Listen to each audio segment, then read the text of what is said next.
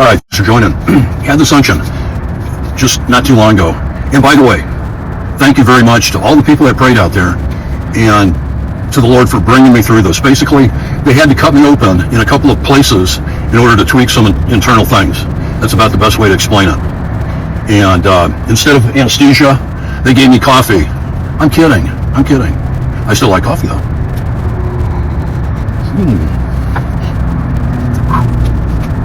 But we're still here, so that's good to go. Here's the unction. It has a lot. We're going to go over to Revelation 17 and start in, because here's the thing. We're seeing the synergy, the amazing in-your-face synergy with the woman who rides the beast. The woman, yeah, that one, the woman who rides the beast of Revelation chapter 17. The same one that people are enjoined to come out of her. Revelation 18:4. Come out of her, my people, be not partakers of her sins, nor receive of her plagues. We need to pay particular special attention to that, because it has, you don't want to be found in the wrong place at the wrong time, is basically the common parlance, if you want to put it in layman's terms. That's it right there, okay? Well, let's jump into Revelation 17. And here's another thing, kind of a tidbit, is, for a long time we thought, well, when really is the tribulation going to kick off? Because it's mirrored or stipulated in Revelation chapter 11, 12, and 13 with the predominance of Revelation 13. Who can make war with the beast? We are seeing that right now. Do we understand that? The gravity and the immensity of that coming to fruition. Who can make war with the beast? The United States. I just got done reading prophecy jump off the pages of modern electronics saying that the United States has just thrown their concurrence, their agreement in with the beast. Now, there's a lot of shades and nuances to the woman who rides the beast. She's also known as Mystery Babylon. She has many daughters. So we see the synergy that is represented in chapter 17, and we're going to run through it right now. Chapter 17 of Revelation. So the 42 months is Revelation 13. It looks like, very much so, that 5 days ago on Friday, the 13th of June, was the kickoff. It looks that way. Now let's go into chapter 17 without further ado. And there came one of the seven angels, which had the seven vials, and talked with me, saying unto me, Come hither, and I will show unto thee the judgment of the great whore that sitteth upon many waters. And this is self-explanatory, because it describes who it is that sits upon many, not necessarily the woman who sits upon many waters, but what those many waters are. That's what we want to say. With whom the kings of the earth have committed fornication. The inhabitants of the earth have been made drunk with the wine of her fornication. That means it's not illicit sex. It's illicit dependency on something that is spiritually illegal, spiritually not good, spiritually playing into Satan's hands. So he carried me away in the spirit into the wilderness, and I saw one sit upon a scarlet-colored beast full of names of blasphemy, having 7 heads and 10 horns. Now, where is that reminiscent of? Where do we this clue just jumps right out? It is chapter 13 of Revelation with the beast that comes up out of the water. Having 7 heads, 10 crowns, 10 horns, and 10 crowns upon the horns. This is it right here. There is an exact correlation between the two personages, which are really one. They're just described in 2 different ways. And the woman was arrayed in purple and scarlet color and decked with gold and precious stones, and pearls, having golden cup in her hand full of abominations and filthiness of her fornication. Now, for many years, people have thought, oh yeah, that's the 7 hills. That is where the Vatican sits. Oh yeah. Well, you're wrong. And upon her forehead was a name written, Mystery Babylon the Great, the mother of harlots and abominations of the earth. Abominations. Now, that is another clue that just, boom, it jumps right out at you. Is the abominations of desolations spoken of by the prophet Daniel. Daniel 9, especially 26 and 27. This all plays into it. It's all synergistically interwoven, if you will. And I saw the woman drunk with the blood of the saints and with the blood of the martyrs of Jesus. And when I saw her, I wondered with great admiration. The angel said unto me, Wherefore didst thou marvel? I will tell thee the mystery of the woman and of the beast that carrieth her, which hath the 7 heads and 10 horns. Now this is really key biblical, prophetic, eschatological evidence that we're looking for. The beast that thou sawest was and is not, and shall ascend out of the bottomless pit. Now, what is that reminiscent of? The beast that was, is not, and shall ascend out of the bottomless pit. We submit to anybody within hearing or seeing range that this dramatically and drastically has to do with the six-pointed star that became a nation again in 1948. That went away from 66 to 70 AD, and again became a nation in 1948. Now, there's a lot of people out there. You need to come to grips with this. You need to come to reconciliation with these dynamics. You've got the wrong Israel, and you're misreading all the motivations for why, by all indications, it looks like that we just kicked off into the precipice, the beginning of the 42 months. Vis-a-vis to wit, as stipulated, chapter 13 of Revelation. Who can make war with the beast? That's exactly what we're saying right now. The beast that thou sawest was and is not, shall ascend out of the bottomless pit and go into perdition. And they that dwell there shall wonder. Oh, they're wondering right now for all the wrong purposes. Whose names are not written in the book of life whose names were not written in the book of life. This is not boding well for people who don't have their names written in the book of life. The only thing it doesn't say is, what about the ones that do think their names are written in the book of life? But they're actually following after the anti in place of, against, or diminishing the finished work of Jesus Christ on the cross. Anti-Christ. What about them? This is scary stuff. And go into perdition, and they that dwell in the earth shall wonder, whose names are not written in the book of life from the foundation of the world, when they behold the beast that was, and is not, and yet is. And here is the mind which hath wisdom. The seven heads are seven mountains on which the woman sitteth. Now, we're not going to go into the correlation with the seven mountains. The mountains are dynasties.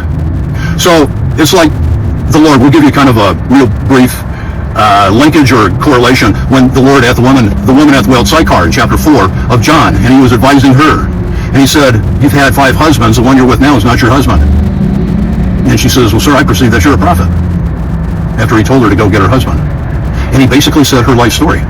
Well, that woman at the well looking for the living water, it was right in front of her. But if we look at the dynasties that came, that preceded it, Egypt, Assyria, Babylon, Persia, Greece, that's 5 right there. And the woman, or the man she was with, was not her husband. Rome.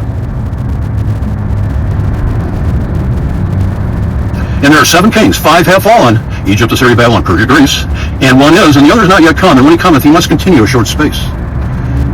Look at all the synergism, the dynamics that are going on right now. You're seeing a shakeup of the world's status quo. And the beast that was and is not, even he is the 8th, and is of the 7th, 7, and goeth into perdition. And the 10 horns which thou sawest are 10 kings, which have received no kingdom as yet, but receive power as kings 1 hour with the beast. Very short and simply put, this is TBD, to be determined. These have one mind and shall give their power and strength unto the beast. He shall make war with the Lamb, and the Lamb shall overcome them, for he is Lord of lords and King of kings, and they that are with him are called, chosen, and faithful. And he saith unto me, the waters which thou sawest. Now this answers the question right here. Where the horse sitteth are peoples, multitudes, nations, and tongues. People, multitudes, nations, and tongues. Peoples, multitudes, nations, and tongues.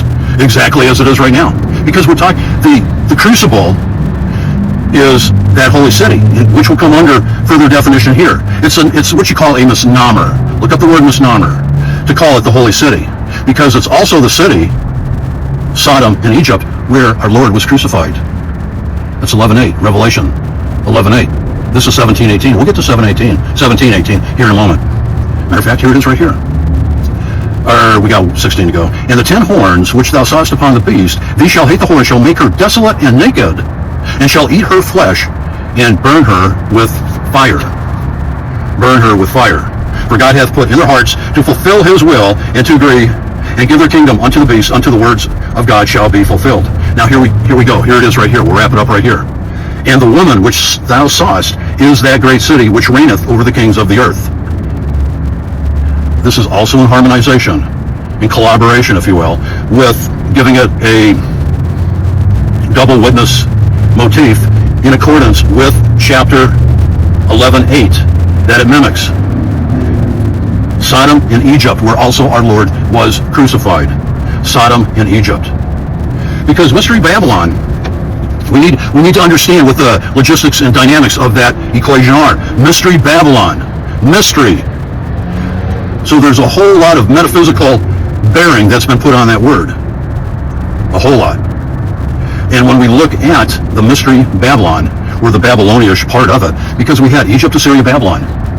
What came out of Babylon? What was the predominant thing that came out of Babylon? The Kabbalah. The Jewish, so-called Jewish, aka so-called Jewish Kabbalah, which is mysticism and or mystical witchcraft. The Kabbalah. Yes. Because it went from Egypt, it was further codified in Assyria, and by the time it got to Babylon, Egypt, Assyria, and Babylon, the first three of those mountains or / dynasties, by the time, again, originated Egypt, with Ra, the sun god, all that. We can look for the symbolism anytime you conduct commerce, for that matter. Egypt, Assyria, Babylon. Then it went to Assyria. From Assyria to Babylon, it was fully cooking with all kind of unholy residue in Babylon, with the Kabbalah, with the Jewish mysticism. This is witchcraft. That is what is going away. That is what will be judged. That is in the process, due to the fact, by reason thereof, that by all indications, it looks like we have already entered into the first few days of the 42 months. Revelation chapter 13. Again, final thought. Who can make war with the beast? That's where you get it. It's nothing to scoff at, but it is something to recognize. It's something to get out, and please, if you're remnant, please get this information out to other people. Please. Because eventually, all parties involved will be judged, because they are against, or in place of the finished work of Jesus Christ on the cross. Either by their mysticism and their witchcraft, and or their government, and or their religiosity for pertaining to the wrong doctrine. That's why they're enjoined to come out of her, my people, be not partakers of her sins, nor receive of her plagues. It cannot be any more clear than that. It can't. It's impossible. So, you 7-year dispensational pre-trib people, idol worshiping, you worship, Christ said to pick up your cross and follow him. Unless you're a pre-trib, 7-year dispensational rapture person.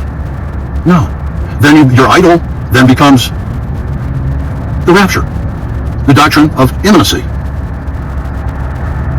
where you try to outdo each other by soonisms. Soon. This is the way you're going. You need to come out of her, get yourself in a position to be supernaturally chosen, blessed, and faithful, as chosen, blessed, and faithful, born again Israel. That's what we need to do. It's in accordance with Romans 2:28 and 29. We'll leave it there. Please pick up on these things. Watch the video a few times. And if you're in it, please stay in it. I love you guys. We'll talk soon. And thank you again for all your prayers. And the Lord, between you, your prayers, and the Lord bringing me through this, we're still at it. So, you still got the ugly jarhead. So, it's all about the truth. The way, the truth, and the life. That's what it's all about. I love you guys. We'll talk soon.